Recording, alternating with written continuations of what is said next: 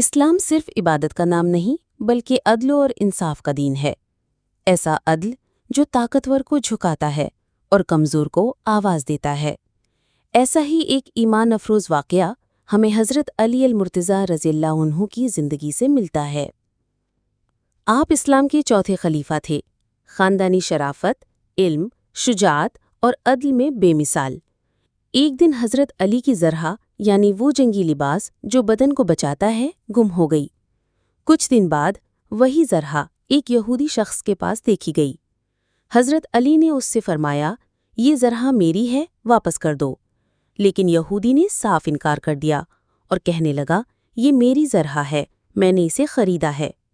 اب آپ سوچئے، خلیفہ وقت ہیں، چاہتے تو زور زبردستی کر سکتے تھے، لیکن حضرت علی نے ایسا نہیں کیا، بلکہ خود بطور مدعی اسلامی عدالت میں حاضر ہوئے۔ قاضی شرعی کے سامنے خلیفہ اور ایک یہودی دونوں ایک ہی صف میں۔ حضرت علی نے دعویٰ کیا کہ زرہ میری ہے۔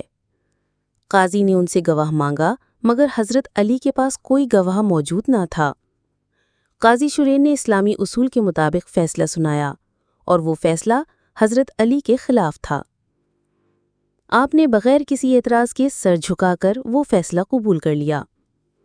یہ منظر اس یہودی کے دل کو ہلا گیا۔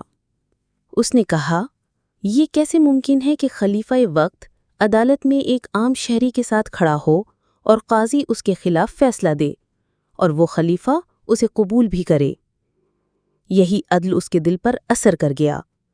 وہیں کھڑے کھڑے اس نے اعلان کر دیا، میں گواہی دیتا ہوں کہ اللہ کے سوا کوئی معبود نہیں اور محمد صلی اللہ علیہ وآلہ وسلم اللہ کے رسول ہیں۔ اور اس نے وہ زرہ واپس حضرت علی کے حوالے کر دی۔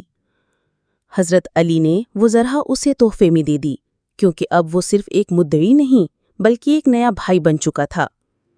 یہ ہے اسلام کا عدل، ایسا عدل جو صرف کتابوں میں نہیں، کرداروں میں زندہ تھا، ایسا عدل جو دشمنوں کو مومن بنا دیتا تھا۔